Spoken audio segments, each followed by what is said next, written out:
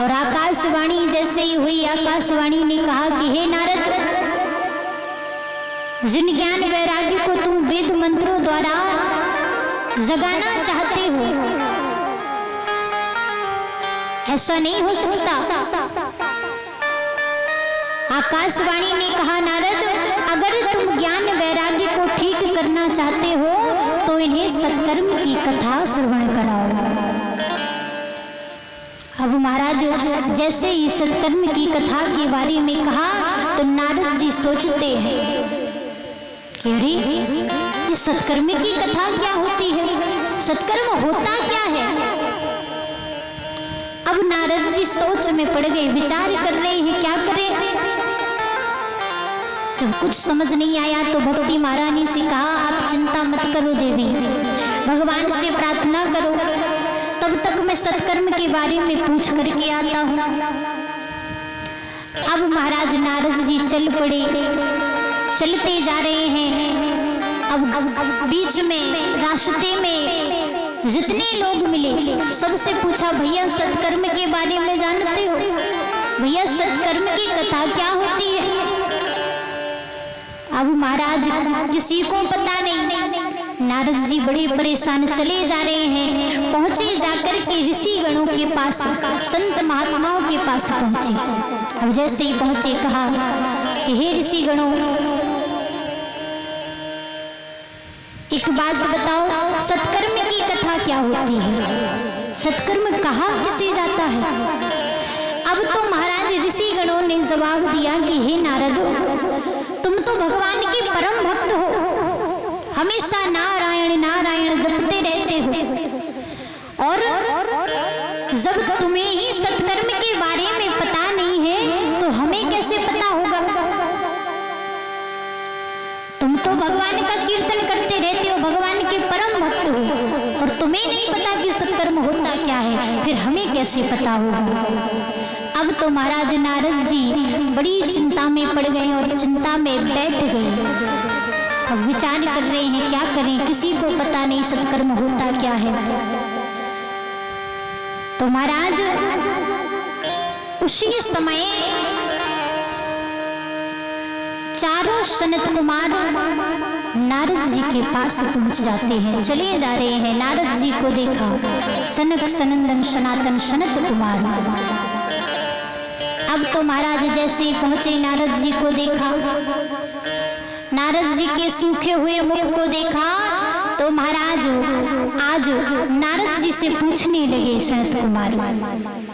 कुमारगणों ने पूछा, कहिए नारद, आपका मुख सूखा हुआ क्यों है। अरे आप तो भगवान के परम भक्त हैं, फिर आपकी चिंता का कारण क्या है, कहिए क्या चिंता है आपको। अब जैसे ही महाराज कहा तो नारद जी बताते हैं। अब जैसे ही नारद जी ने कुमारगणों को सारी बात बताई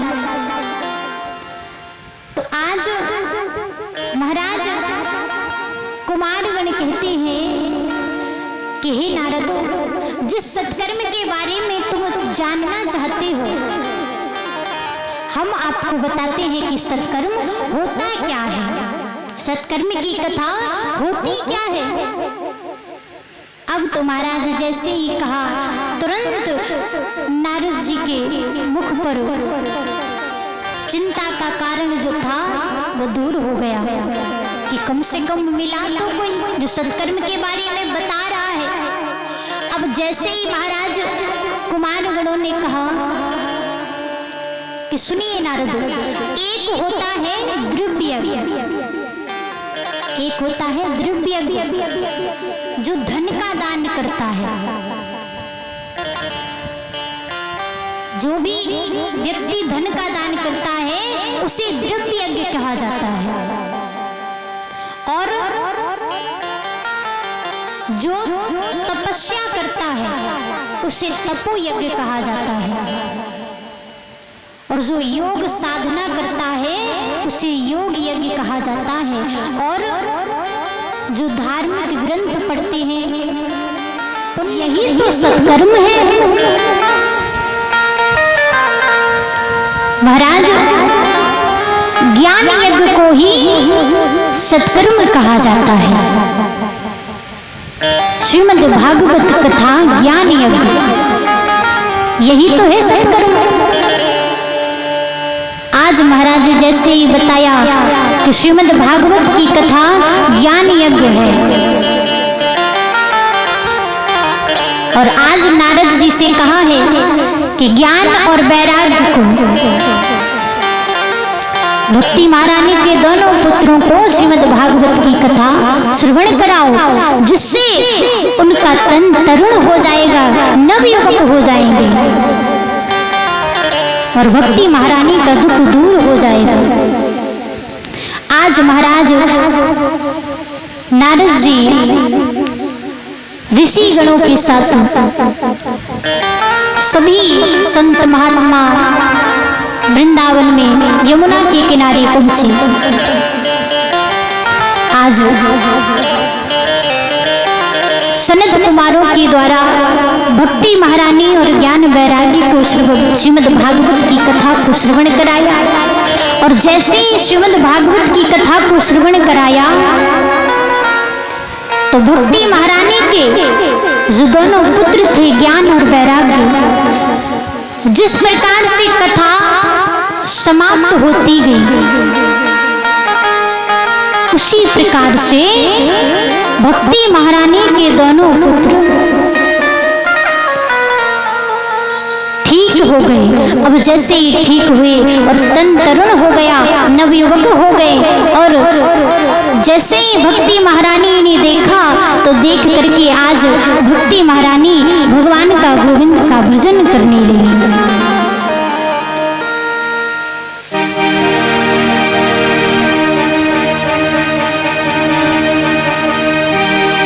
श्री राधे जय राधे, जय राधे जय जय राधे, जय राधे जय जय राधे, जय राधे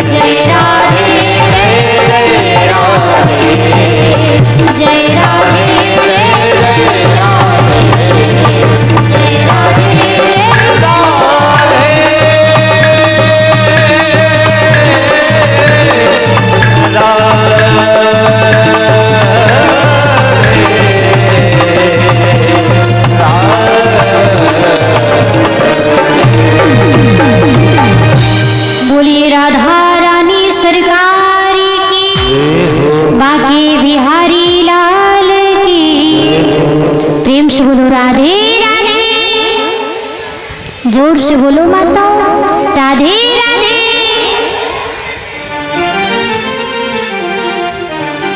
तो श्रीमद् भागवत की कथा एक ऐसा महापुराण, ऐसा ज्ञान यज्ञ है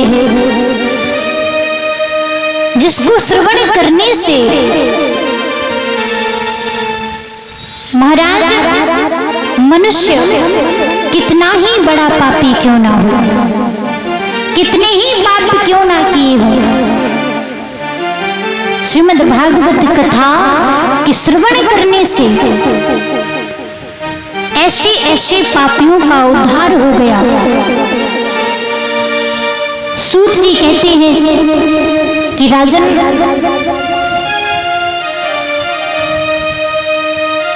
आज मैं आपको बड़ी सुंदर कथा श्रवण कराता हूँ, जिसको श्रवण करने से आपके हृदय में, आपके मन में भगवान के प्रति, ठाकुर जी के प्रति भाव, निष्ठा और भक्ति जागृत हो जाएगी। आज महाराज सूत जी कहते हैं राजन, पूर्व काल में धुंध, आज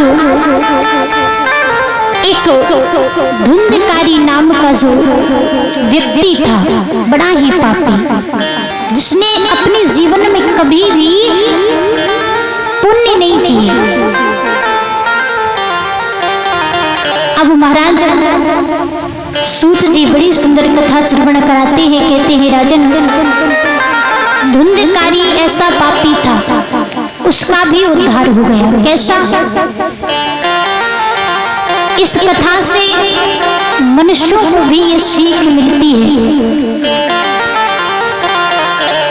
कि श्रीमद् भागवत कथा भगवान के प्रति जो चरणों में उनके प्रति भाव होगा, जिसने पाप भी किया होगा, लेकिन कैसे पाप, कैसे पापों का नाश करती है।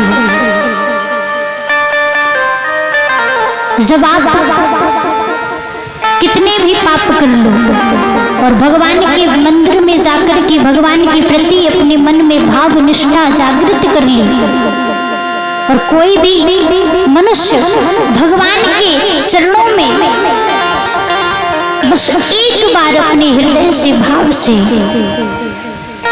भगवान से क्षमा मांग ले और भाव से कथा को श्रवण कर ले।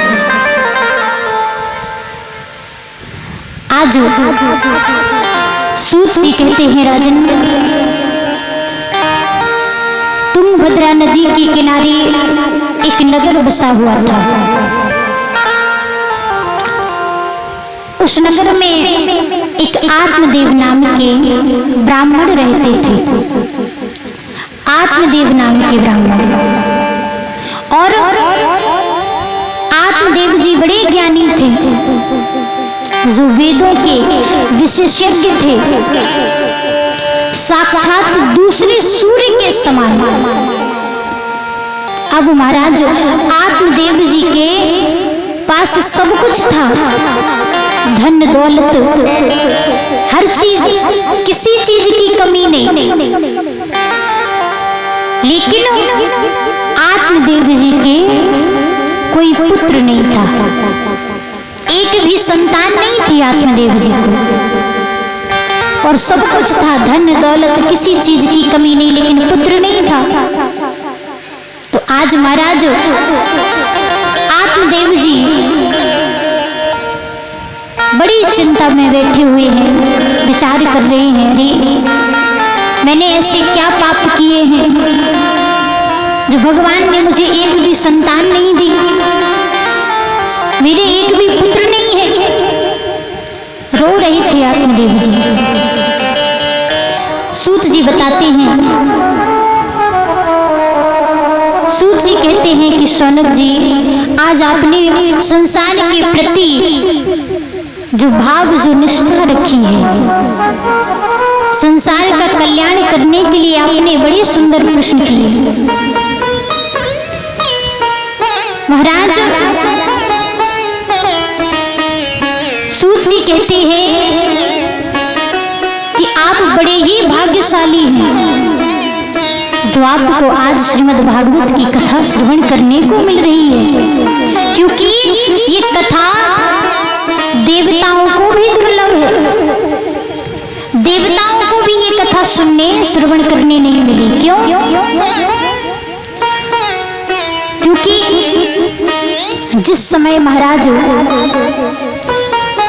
देवता अमृत का कलश लेकर के सुखदेव जी के पास पहुंचे, सुखदेव जी राजा परीक्षित को कथा श्रवण करा रहे थे, और राजा परीक्षित को कथा श्रवण करा रहे थे, तो उसी समय सभी देवता अमृत का कलश लेकर के कथा में आए, और जैसे ही कथा में पहुंचे तो महाराज सुखदेव जी से कहने लगे कि गुरुदेव, आप हमें श्रीमद् भागवत की कथा श्रवण कराओ, और इसके बदले में अमृत का कलश आप ले लो, और ये अमृत राजा परीक्षित को पिला देना, जिससे वह अमर हो जाएंगे, और श्रीमद् भागवत की कथा हम सभी देवताओं को श्रवण कराओ। जिस समय जैसे ही सुखदेव जी ने सुना, अरे श्रीमद् भागवत कथा का अमृत कलश से सौदा करने के लिए आए हैं, जैसे ही सुना, क्व स्वधा क्व कथा लोके, क्व काचा कमणिर्मा,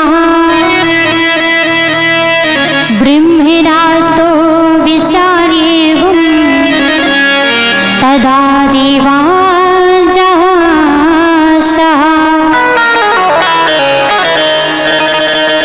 सुखदेव जी फटकार लगाते हैं देवताओं को, कहते हैं, रे कहाँ तो ये श्रीमद् भागवत की कथा सुंदर पावन अमृतमयी, और ये कहाँ तुच्छ अमृत, कांच के टुकड़े के समान अमृत को बता दिया सुखदेव जी ने। जो एक कांच का टुकड़ा होता है ना, उसकी कोई कीमत नहीं होती,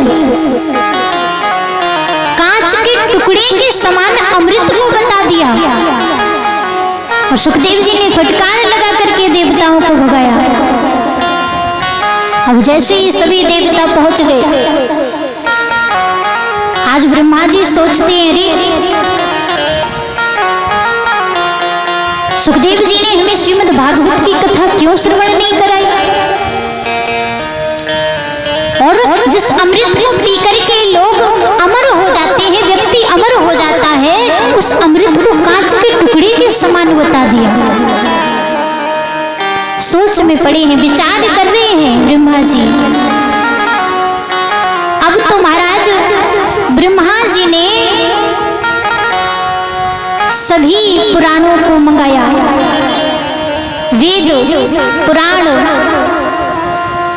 जप तप ज्ञान, महाराज सभी पुराणों को मंगा करके आज ब्रह्मा जी ने एक तराजू मंगवा कर एक पलड़े पर सभी पुराणों को रख दिया और दूसरे पलड़े पर श्रीमद् भागवत की कथा को रख दिया। अब जैसे तराजू को उठाया तो महाराज श्रीमद् भागवत कथा जिस पलड़े पर रखी हुई थी वो पलड़ा भारी पड़ गया। अब तो महाराज जैसे ही ब्रह्मा जी ने देखा कि सभी पुराणों वाला जो पलड़ा है वो हल्का पड़ गया है। अब तो महाराज ब्रह्मा जी विचार करते हैं श्रीमद् भागवत कथा कोई साधारण महापुराण नहीं है, साधारण पुराण नहीं है। श्रीमद् भागवत कथा को भगवान कृष्ण का वाङ्मय स्वरूप कहा जाता है। इसीलिए संसार में श्रीमद् भागवत की कथा कलयुग में मानव के लिए कल्याणकारी है। आज तो महाराज बड़ी सुंदर कथा सूत जी महाराज कहते हैं कि संसार में कितना ही बड़ा पापी क्यों ना हो। सौनक जी ने प्रश्न किया था कि संसार में मानव दानव के समान हो रहा है तो इसका उद्धार कैसे होगा, कैसे उद्धार होगा। तो सूत जी कहते हैं कि राजन भगवान की पावन मंगलमय अमृतमय कथा जो भी पापी श्रवण करेगा उसका उद्धार होना निश्चित है। अब महाराज सूत जी बड़ी सुंदर कथा श्रवण कराते हैं। सूत जी कहते हैं कि राजन एक समय नारद जी पृथ्वी पर भ्रमण करने के लिए आए और पृथ्वी पर जब भ्रमण करने के लिए नारद जी आए तो महाराज नारद जी अन्य तीर्थों पर गए, पुष्कर गए, प्रयाग गए, काशी, गोदावरी, हरि क्षेत्र, कुरुक्षेत्र अन्य तीर्थों पर गए, लेकिन नारद जी को कहीं पर भी शांति नहीं मिली, कहीं पर भी भाव नहीं मिला। कोई दान नहीं कर रहा है, कोई पुण्य नहीं कर रहा है, सब पाप ही पाप कर रहे हैं, किसी के मन में भी भाव नहीं है। यही सब नारद जी को मिला। नारद जी सोचते हैं मैंने तो सोचा था कि अरे देवलोक से स्वर्ग लोक से अच्छा पृथ्वी लोक है, सोचा था यहाँ आकर के शांति मिलेगी, यहाँ तो कुछ मिल ही नहीं रहा। यहाँ तो सभी मनुष्य एक दूसरे को देख करके रह नहीं पा रहे हैं, किसी का अच्छा नहीं देख पा रहे हैं। जब नारद जी ने ऐसा देखा तो महाराज आज नारद जी भ्रमण करते करते वृंदावन के किनारे यमुना के किनारे पहुंच गए। वृंदावन में यमुना के किनारे नारद जी जैसे ही पहुंचे तो महाराज यमुना के किनारे नारद जी ने देखा कि एक सुंदर सी स्त्री बैठी हुई थी यमुना के किनारे और उसकी गोद में दो वृद्ध पुरुष लेटे हुए थे, वृद्ध पुरुष। अब महाराज जैसे ही नारद जी को आता हुआ देखा तो वह स्त्री रोने लगी और नारद जी को बुलाने लगी। भो साधो क्षणं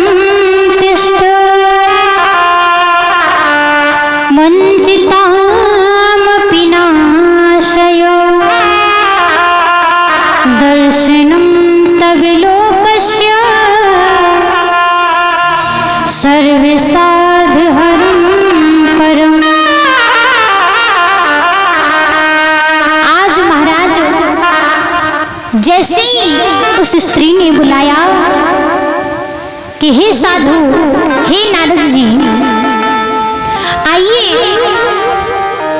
कहते हैं कि साधु के आने से सारे दुख मिट जाते हैं। आपके दर्शन पाकर के मैं धन्य हो गई। अब आप ही हमारी चिंता को दूर करें, क्योंकि संतों का दर्शन संसार में दुर्लभ है और मुझे विश्वास है आपके वचनों से मुझे सुख होगा और दुख मेरा दूर हो जाएगा। अब महाराज जिस प्रकार से वह स्त्री प्रार्थना करने लगी तो अब नारद जी पहुंच जाते हैं। जैसे ही नारद जी पहुंचे, कहिए देवी कौन है आप? अब जैसे ही नारद जी ने पूछा कौन है तो बताती हैं कि हे नारद जी, मैं भक्ति हूँ, मेरा नाम भक्ति है और ये जो दो वृद्ध पुरुष मेरी गोद में लेटे हुए हैं ये मेरे पुत्र हैं। ज्ञान और वैराग्य। अब महाराज जैसे ही नारद जी ने सुना तो नारद जी देख करके कहते हैं, अरे तुम भक्ति हो और ये तुम्हारे पुत्र हैं। भक्ति महारानी नवयुवती हैं और उनके पुत्र वृद्ध हो गए। जिस प्रकार से महाराज जैसे ही देखा, आज तो नारद जी कहते हैं ये कैसे हुआ? अब महाराज भक्ति महारानी प्रार्थना करने लगी कि नारद जी अब तो बस आप ही हमारी चिंता को दूर कर सकते हैं, हमारे इस दुख को दूर कर सकते हैं। अब महाराज नारद जी भक्ति महारानी से कहते हैं चिंता मत करो, बस भगवान पर भरोसा रखो और उनसे प्रार्थना करो, तुम्हारे पुत्र जल्द ही ठीक हो जाएंगे। जैसे ही नारद जी ने कहा, अब तो महाराज नारद जी ज्ञान और वैराग्य के कानों में वेद मंत्रों का उच्चारण करने लगे। अब जैसे ही वेद मंत्रों का उच्चारण करने लगे तो महाराज कुछ समय के लिए ज्ञान वैराग्य दोनों ने अपनी आंखों को, नेत्रों को खोला, लेकिन तुरंत फिर से बंद कर लिया। कोई प्रभाव नहीं पड़ा वेद मंत्रों का। अब तो महाराज जब नारद जी के बस में बात नहीं रही तो बड़ी चिंता में पड़ गए, क्या करें, कैसे भक्ति महारानी के इन पुत्रों को कैसे ठीक करें। तो महाराज अब तो नारद जी वेद मंत्र बार बार ज्ञान वैराग्य के कानों में सुनाते हैं, लेकिन कोई प्रभाव नहीं पड़ा। तो उसी समय महाराज आकाशवाणी हुई। बड़े ही सौभाग्यशाली हैं कि भगवान ने आपको कथा सुनने के लिए बुलाया।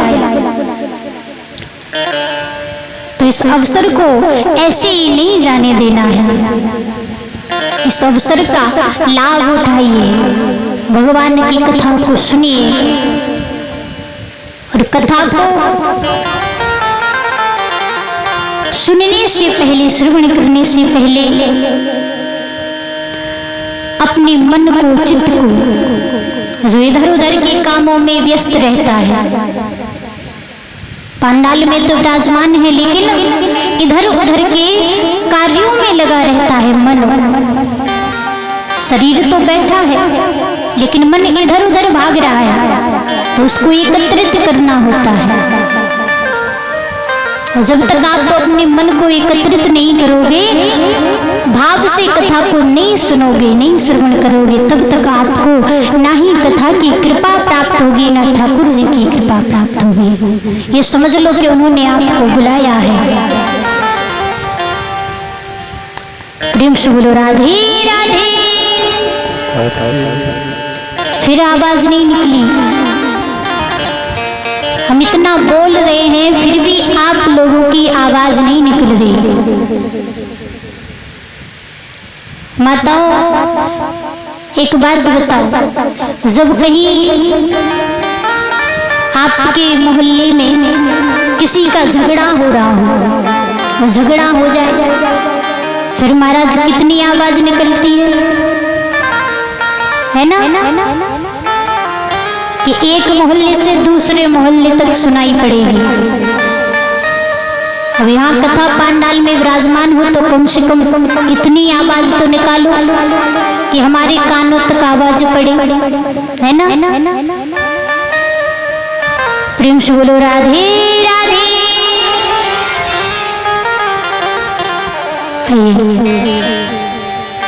भगवान की पावन मंगलमय अमृतमय श्रीमद् भागवत कथा का आज दूसरा दिवस है, द्वितीय दिवस। तो आज हम सभी भक्त भगवान की इस अमृतमय कथा में गोटा लगाते हुए अपने जीवन को धन्य बनाएंगे और प्रेम से भाव से भगवान की इस कथा को सुनेंगे। कहते हैं कि संसार में कोई भी मनुष्य, जिस समय मनुष्य का जन्म हुआ धरती पर, उसी समय मानव मोह माया में लिप्त हो गया। संसार में कोई भी व्यक्ति ऐसा नहीं है जिसके घर में और जिसके मन में मोह माया का प्रवेश ना हुआ हो। सभी मनुष्य मोह माया में घिरे हुए हैं, कोई ऐसा नहीं है। लेकिन श्रीमद् भागवत कथा इस मोह माया के साथ मनुष्य का उद्धार करने वाली है। कहते हैं कि जिस समय सुखदेव जी का जन्म हुआ, यं प्रव्रजन्ति मनुपेतमपेति कृत्यम् द्वैपायनो विरहिका तर्राजुआ पुत्रेति तन्मयतया तर्वा विनिदुस्तं सर्वभूतिहृदयं मुनिमानितोऽस्मि।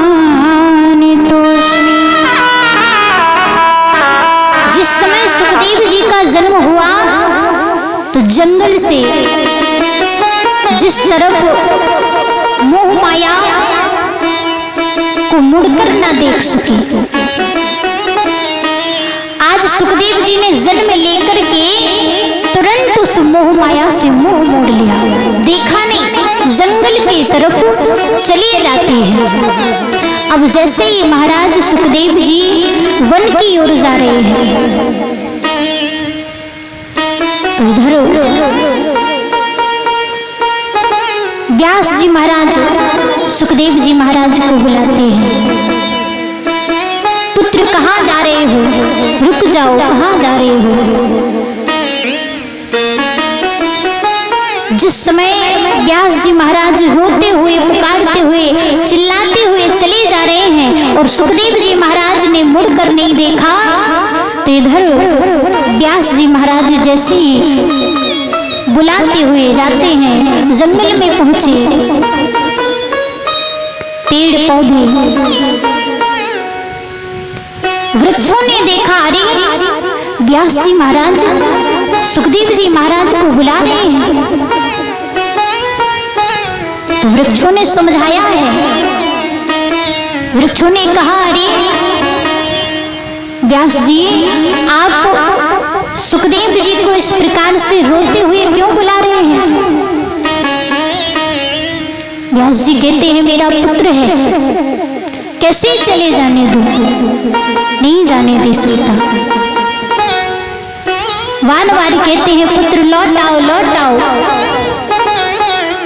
परंतु सुखदेव जी ने लौट कर मुड़ कर के नहीं देखा। क्यों? क्योंकि सुखदेव जी जानते थे कि अगर मुड़ कर के देखा तो महाराज सुखदेव जी तुरंत भगवान की गोविंद की इस मोह माया में फंस जाएंगे, तो मुड़कर नहीं देखा। इधर वृक्ष समझाते हैं व्यास जी को। वृक्षों ने कहा, सुनिए व्यास जी, ये जो आप अपने पुत्र को बुला रहे हैं, हमारे पुत्र होते हैं फल, वृक्षों ने कहा हमारे जो पुत्र हैं वो फल है, लेकिन जिस समय मनुष्य को भूख लगती है, मनुष्य को भूख लगती है तो किसी की भूख को, किसी की आत्मा को तृप्त करने के लिए वो मनुष्य अपनी भूख मिटाने के लिए हमारे जो पुत्र हैं फल उनको तोड़ करके खा लेता है। और जब तोड़ करके खा लेता है लेकिन हम कुछ नहीं करते, क्यों? क्योंकि हम जानते हैं कि जो ये मनुष्य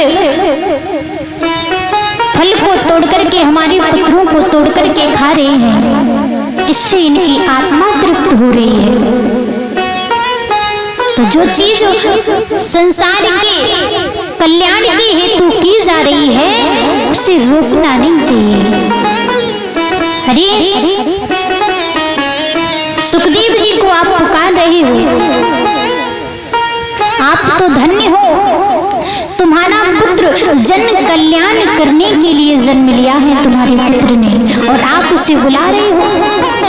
ऐसे सुखदेव जी महाराज को प्रणाम करना चाहिए, नमन करना चाहिए। आज महाराज